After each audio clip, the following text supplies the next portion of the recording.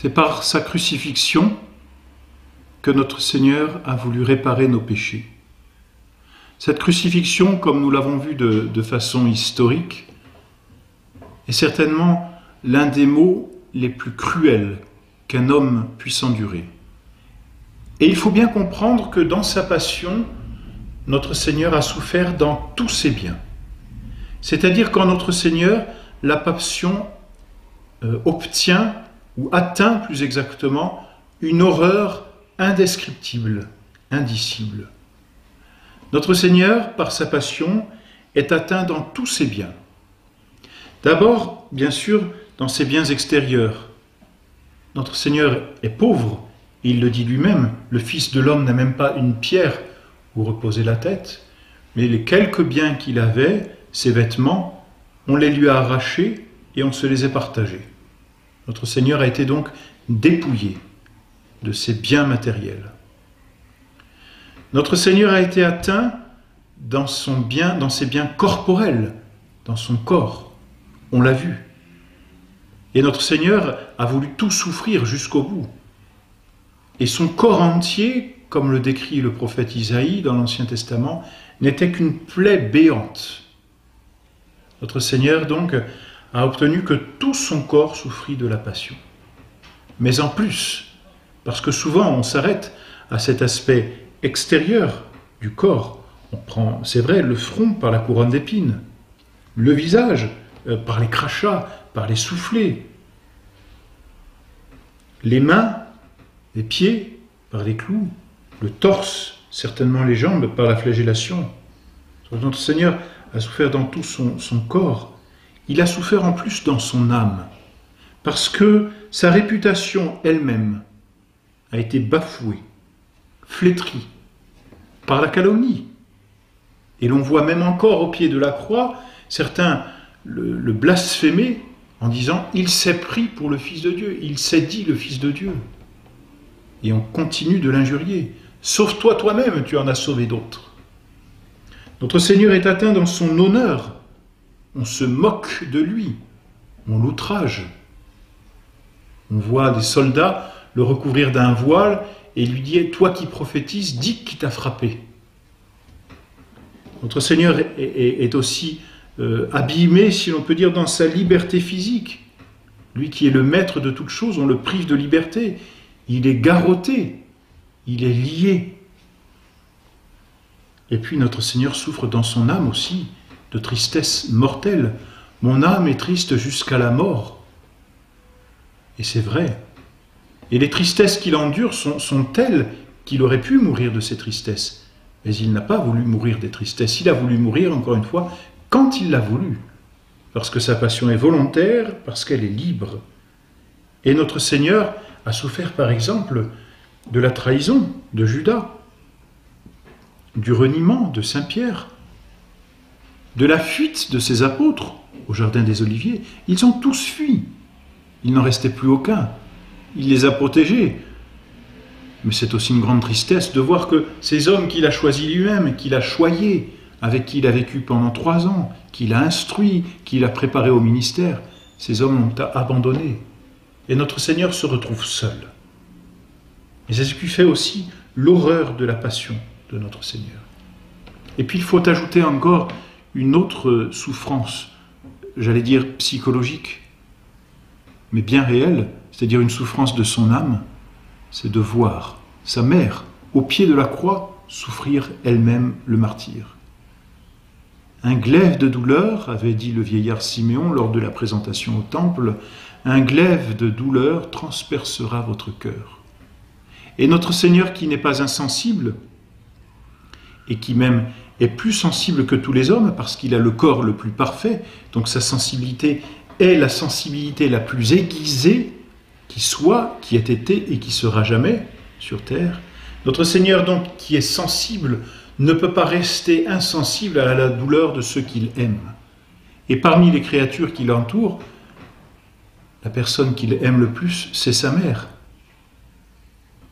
Comme un enfant, naturellement, aime sa mère, mais aussi comme lui peut aimer la Très Sainte Vierge parce qu'il connaît l'intime de l'âme de la Très Sainte Vierge, sa virginité, Et puis, son impeccabilité, la très Sainte Vierge, est sans péché, immaculée dans sa conception.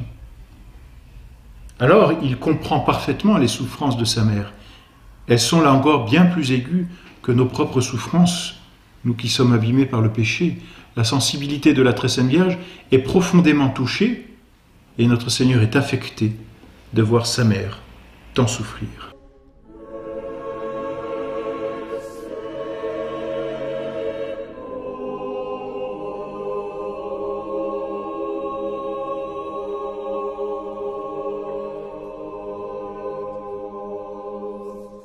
En plus de ces souffrances, je dirais, omniprésentes, dans toutes les parties de son corps, dans toutes les parties de son âme, et puis dans tous ses biens, notre Seigneur a voulu souffrir de tous les hommes.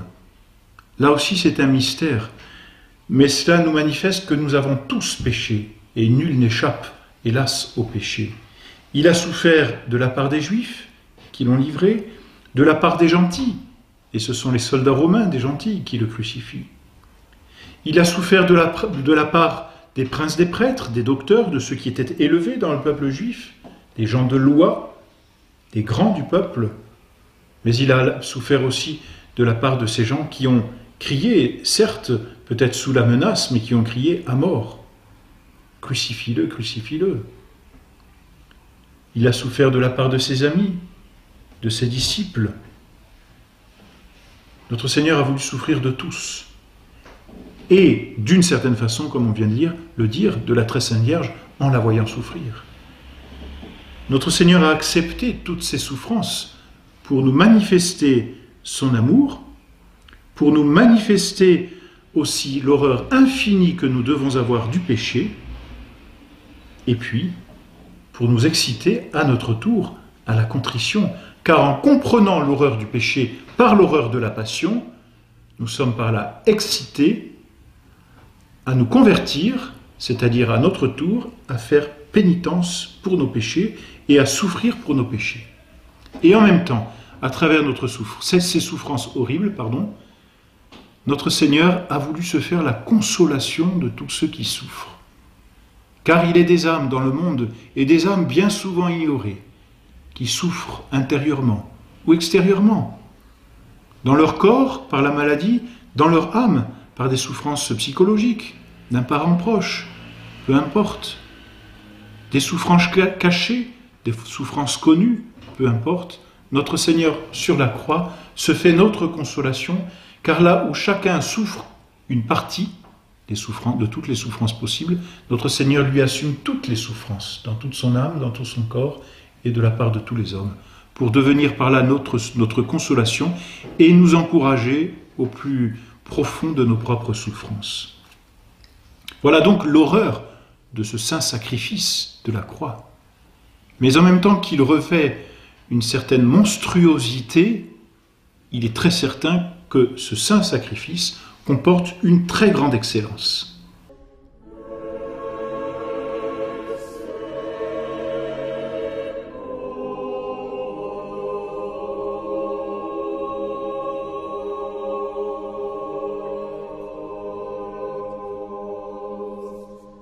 C'est le sacrifice le plus excellent qui ait jamais existé. Pourquoi ? Parce que ce sacrifice comporte un sacrificateur bien plus grand que tous les sacrificateurs de l'ancienne loi.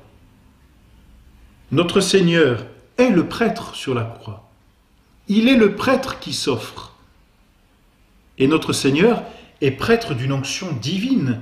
Notre Seigneur est prêtre en raison de son union hypostatique, c'est-à-dire en raison de cette union des deux natures dans sa personne divine. C'est un sacerdoce royal, divin. Et c'est par ce sacerdoce que notre Seigneur offre ce sacrifice sur la croix.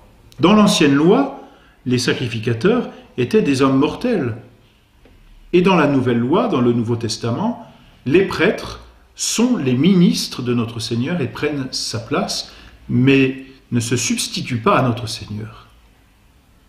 Il n'y a qu'un seul grand pontife. Il possède un sacerdoce éternel, c'est saint Paul qui le dit aux Hébreux, car il était convenable que nous eussions un pontife tel que celui-ci, saint, innocent, sans aucune tache, éloigné de tout commerce avec les pécheurs et placé au-dessus des cieux. Voilà donc ce qui fait la grandeur de ce sacrifice. Le sacrificateur, le prêtre qui offre le sacrifice. Mais en même temps, ce sacrifice revêt une excellence en raison de la victime qui est offerte sur la croix. Le prêtre est Dieu, c'est notre Seigneur. La victime, c'est aussi notre Seigneur. Il est à la fois, et c'est un mystère, il est à la fois prêtre et victime sur la croix. Ce sacrifice revêt donc une perfection parce que dans l'Ancien Testament, les victimes étaient des animaux. Et dans le Nouveau Testament, c'est toujours notre Seigneur la victime. Dans le saint sacrifice de la messe, il n'y a pas de nouvelle victime, c'est toujours la même victime, notre Seigneur Jésus-Christ, qui s'immole sur l'autel de façon non sanglante. Le saint sacrifice de la croix est donc très excellent en raison du prêtre, en raison de la victime, et on peut bien dire en raison de la très sainte Vierge qui prend part, qui s'associe, ou que notre Seigneur associe à son sacrifice, pour en faire une co-rédemptrice, c'est-à-dire pour l'associer aussi dans ce mystère de la rédemption. La très sainte Vierge n'est pas prêtre, mais elle participe avec notre Seigneur Jésus-Christ, et en tant que victime, car elle souffre au pied de la croix, elle participe par amour pour nous, et dans la mesure où notre Seigneur Jésus-Christ l'a fait participer, à la rédemption de nos âmes.